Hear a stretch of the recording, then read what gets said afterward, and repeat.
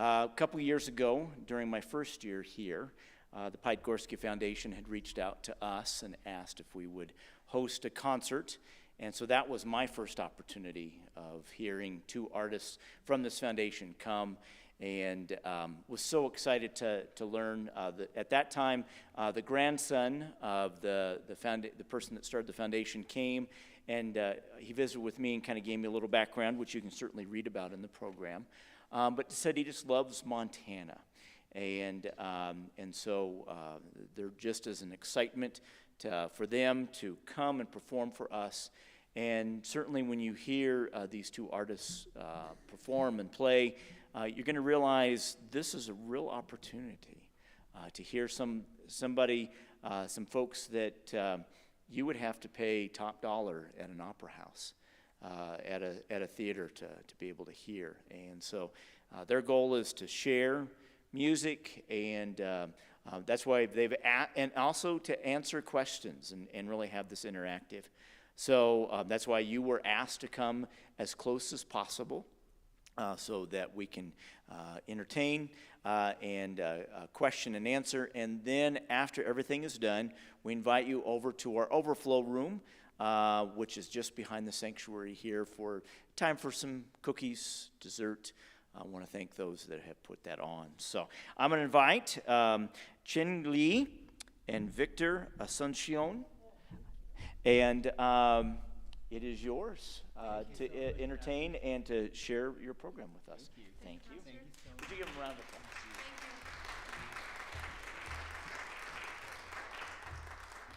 Thank you so much, Pastor Leipold, or Leipold, sorry. Well, he mentioned opera, and speaking of opera, we are going to start with a composer who was primarily known as an opera composer. He wrote his first opera when he was 11, I think.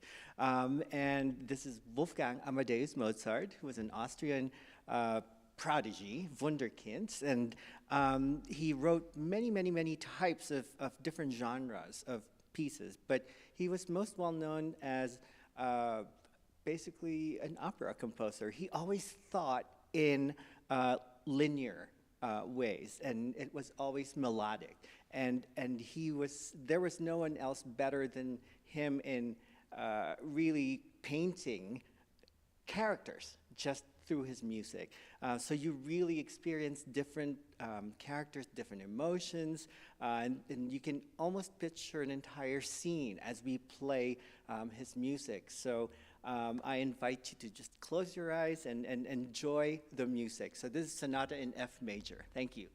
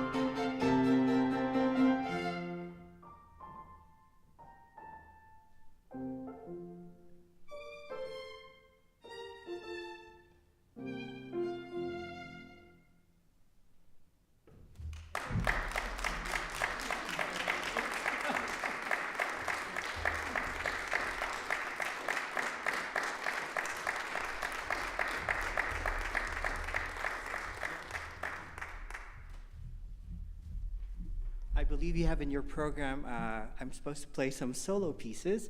No piano and violin recital is complete without the music of Chopin. Chopin was the greatest Polish composer, and he was also considered the father of French music. Even though he was born in Poland, he actually was of half French and half Polish parentage. And he moved to Paris when he was about 19 and until he was aged 39 when he died from tuberculosis. And apparently he was sick most of his life, which prevented him from being able to play loud. Apparently at the time, the competition was who can play louder and loudest and fastest. So his buddy Franz Liszt was basically the winner, and he was like the greatest rock star, and he played Chopin's music. But where Chopin really shone was in his compositions. He had a great talent for writing melodies, memorable melodies, so memorable that to this day we still sing them, we still play them, and you hear them in movies. They're used in soundtracks, and that's really a testament to his genius. And so he wrote, oh my goodness, he had a huge output for piano, which included etudes, preludes, scherzos, ballades, sonatas, concertos. Basically, he covered everything, and he also invented certain things, such as the nocturne, which is basically a lullaby or a night song. And he wrote really one famous nocturne, the one in E-flat major, and so I'd like to offer that to you first. Thank you.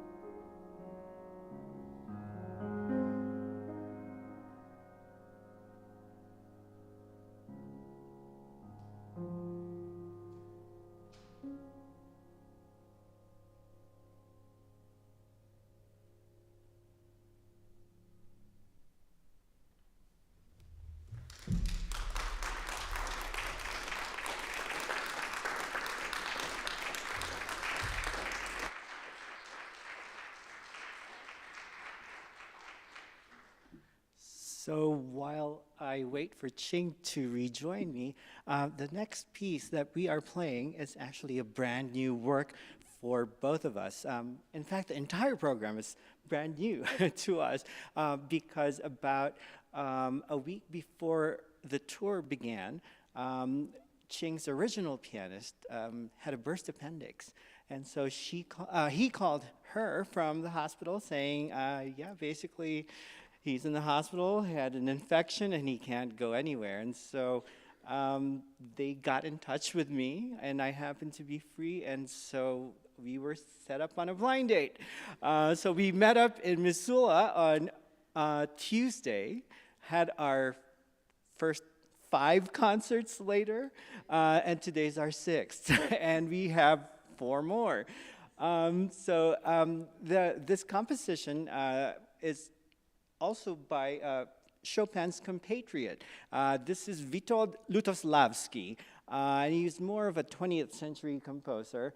And his language is a lot more spicy, little elements of tonality, but a lot of contrasts. For example, the title of the piece is Subito, which in Italian means suddenly. So there's a lot of those elements where everything is fast and then suddenly it goes softly, or there are like really, really soft or fast attacks. So everything that's kind of sudden. So this is a really tricky piece because it's also it has very irregular rhythms.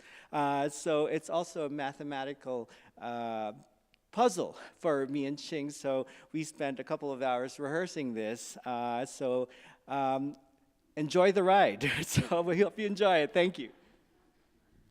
Thank you. I just want to mention that what a treat that for us, including myself, to hear Victor plays his solo repertoire.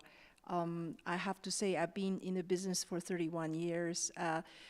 Victor is really the first-rate kind of pianist as a soloist, and as a chamber musician, this is mostly, other than his repertoire, what we do is like a chamber music. We have to, like a good dance partner, we have to hear each other, make adjustment.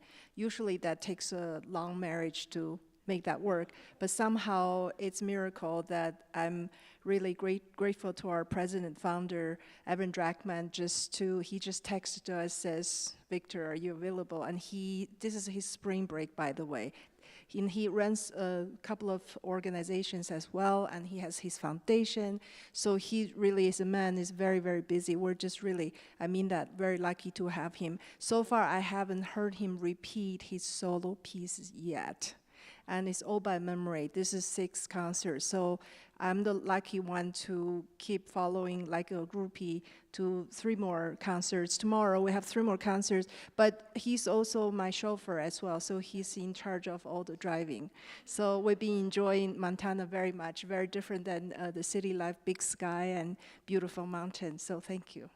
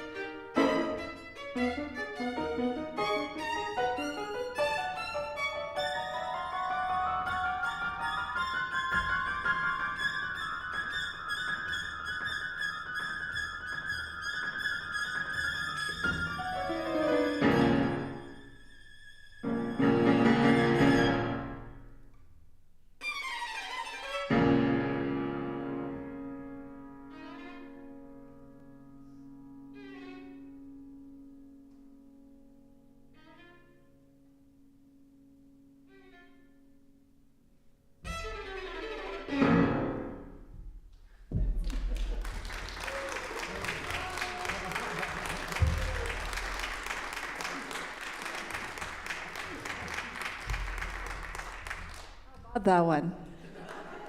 It's as weird, as scary, as interesting as something of coming from a left field. Yes, it's as shocking as for you as for us. It's very, very tricky and difficult because it's not really familiar tonal kind of music. But the language is very fascinating, right? We're still kind of digesting that. So appreciate that. What are we doing next for on the menu? Another Polish guy. Oh, we're doing the soup. Also the Moor. Oh, yes. On the next course on the menu, we're going to give you very different, relaxed and familiar kind of romantic music. It's the Sounds of Love. This is from a Joseph Suk. He was student of Dvorak. So it sounded a little bit like Dvorak, Czech composer, and he was 18 years old, studied under him in Prague, and he fell hard in love with his daughter, Dvorak's daughter. So when Dvorak was touring America, he brought his daughter, youngest daughter, and so Suk was missing his love from all the way Czechoslovakia, so this is the song he wrote for her.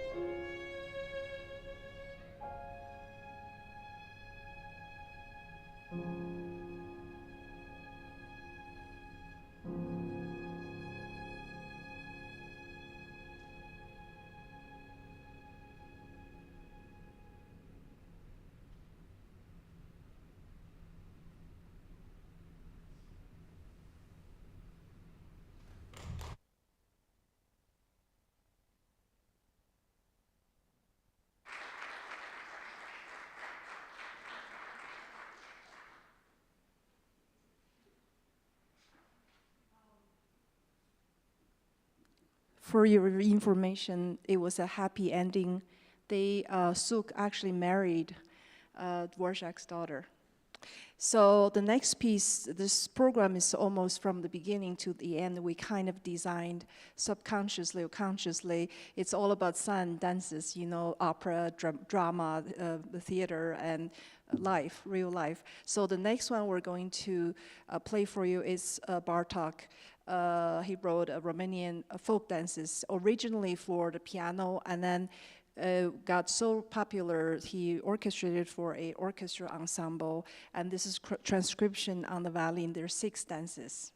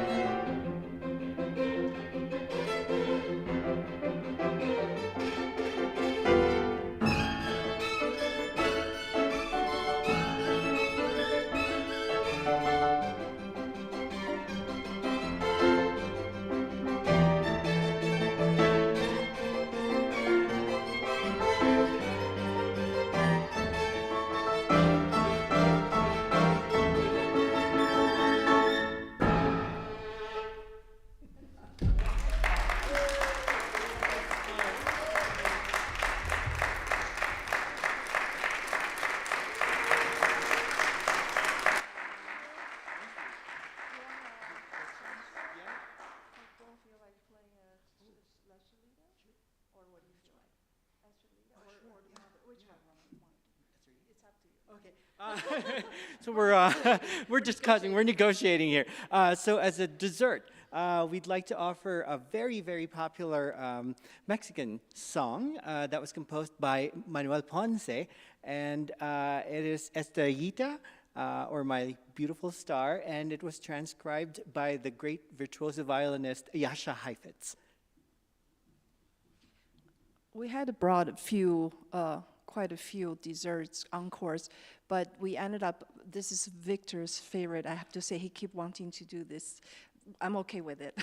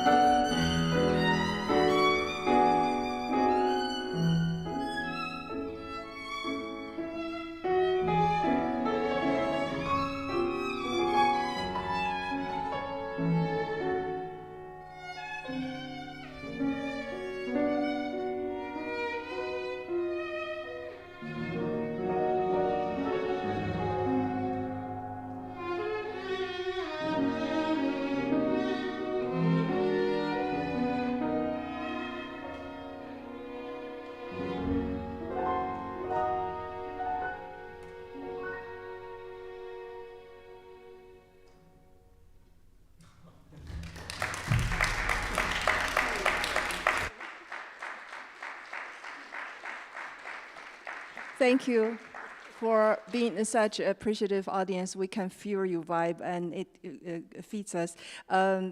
We call it Hollywood ending at the end of the. I will tell a secret, even though we're on our third date, basically, from blind date. He's also a wonderful singer. Couldn't you tell? He doesn't just play like on the piano like a great pianist. Technically, it's the most difficult instrument other than the violin. He also sings on the instrument, which is super, super difficult because it's basically you have 88 hammers on the instrument. It's percussive instrument, but for the piano, it's most difficult to make long lines and really beautiful. Bravo. So we take. Thank you. So you can tell that we're a mutual admiration club here. So, so we would like to ask you if you have any questions for us about the foundation, about our lives as musicians, and her fantastic instrument and her bow. So any questions, you're welcome. Yes, please. Oh, thank you.